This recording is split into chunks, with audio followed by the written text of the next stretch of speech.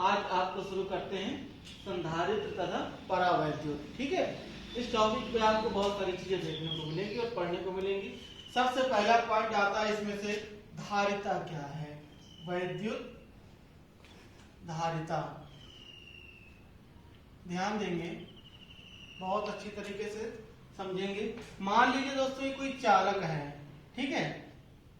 अब इस चालक को अगर हम Q कूलाम आवेश दे दें, कितना Q कूलाम आवेश दे देंगे तो इसके विभव में परिवर्तन होने लगेगा या परिवर्तन हो जाएगा। यदि हम किसी चालक के आवेश में परिवर्तन करें तो उसके विभव में ही परिवर्तन होगा। तो मान लीजिए इसको हम अगर Q कूलाम आवेश देते हैं तो इस चालक के विभव में V वोल्ट का परिवर्तन होता है। तो किसी चालक को दिए गए आवेश Q तथा उसके विभव में होने वाले परिवर्तन V के अनुपात को हम क्या बोलते हैं, वैद्युत धारिता। ठीक है, किसी चालक को दिए गए आवेश Q तथा उसके विभव में होने वाले परिवर्तन V के अनुपात को हम क्या बोलते हैं, वैद्युत धारिता। इसे हम C से डिनोट करते हैं। और दोस्तों इसका मात्रक, दो मात्रक बनेंगे। पहला तो आप निकाल सकते हैं, Q क्या है, कूलाम। ठीक है, आवेश का मात्रक कूलाम प्रति ये वोल्ट, विभव का मात्रक वोल्ट। तो एक मात्रक तो दोस्तों ये बना कूलाम प्रति वोल्ट और दूसरा मात्रक होता है धारिता का फैराड। क्या होगा, फैराड। दो मात्रक हो गए। चलिए इसके बाद अगला पॉइंट आपको मिलता है संधारित्र क्या है। ठीक है दोस्तों, आइए देखते हैं, संधारित्र को समझते हैं। संधारित्र, ये संधारित्र क्या है, आइए चर्चा करते हैं। देखिए मान लीजिए कोई चालक है, ठीक है, ये चालक है।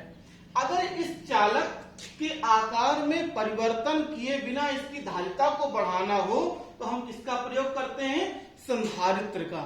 सिंपल सी परिभाषा है, साधारण सी, कि संधारित्र एक ऐसा समायोजन है जिससे चालक के आकार को बिना बदले या चालक के आकार में परिवर्तन किए बिना चालक की धारिता को बढ़ाया जा सकता है। उसे हम क्या बोलते हैं, संधारित्र। ये एक तरीके का समायोजन है।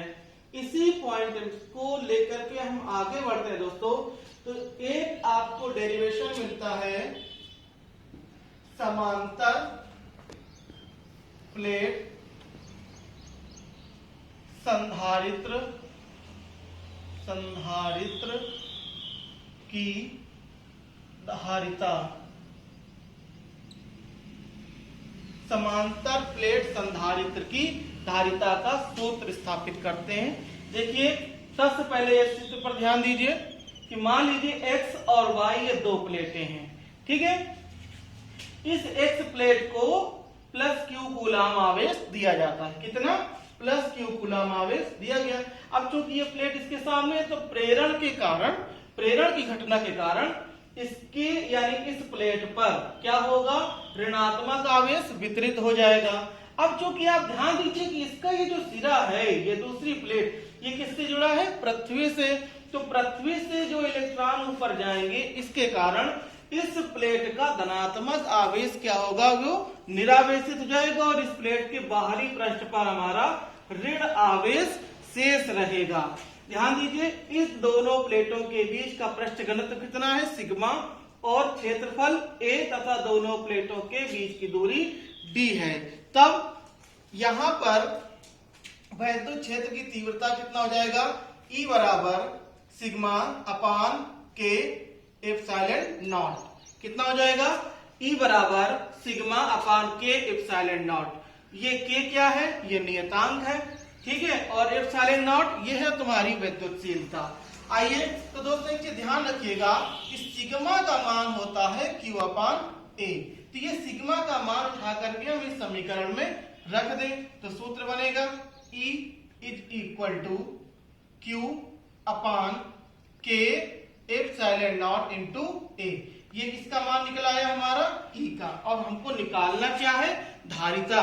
तो देखिए अगर इन दोनों प्लेटों के बीच का विभवांतर हम कितना मान लें, V वोल्ट, और दोनों प्लेटों के बीच की दूरी d। तब एक सूत्र होता है E बराबर V अपान D। तो इस सूत्र से V बराबर क्या बन जाएगा दोस्तों, E इंटू डी। अब इस समीकरण में E का ये मान उठा के आपको अप्लाई कर देना है। तो V is equal to E का मान Q upon K epsilon naught A और गुणे में कितना D। ठीक है, और आप ध्यान से देखिए, आपको निकालना धारिता है और धारिता का सूत्र अभी हमने थोड़ी देर पहले बताया था आपको, C बराबर Q अपान V।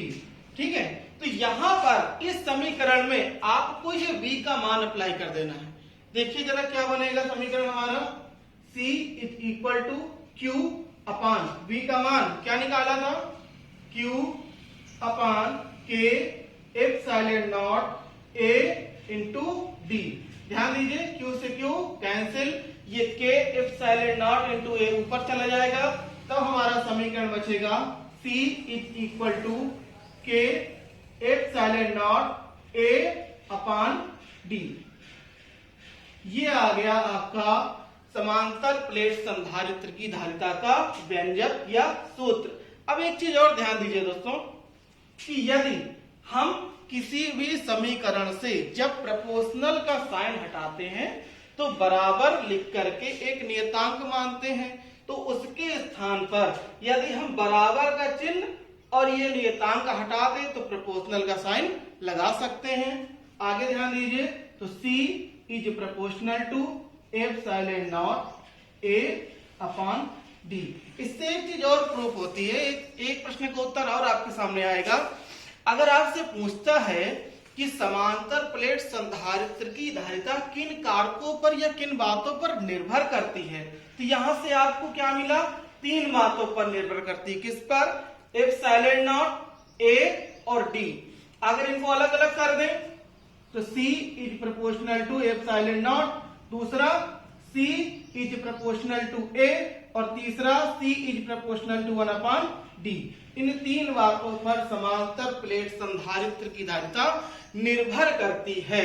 तो लेकिन जब आपसे सूत्र पूछे कि समांतर प्लेट संधारित्र की धारिता का सूत्र स्थापित कीजिए, तो आपको सिर्फ यहीं तक लगाना है या ज्यादा से ज्यादा यहां तक, इसके बाद नहीं लगाना।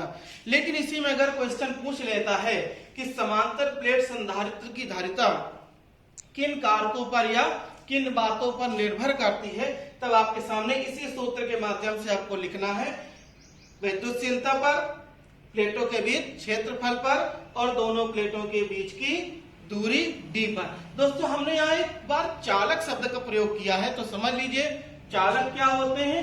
चालक वे पदार्थ जिनमें आवेश का प्रवाह सुगमता से हो जाए, जैसे लोहा, कॉपर, एल्यूमिनियम। ठीक है, और कुचालक जिनमें आवेश का प्रवाह नहीं होता या बिल्कुल नगण्य होता है, ना के बराबर होता है। ठीक है, देख लीजिए, समझ लीजिए।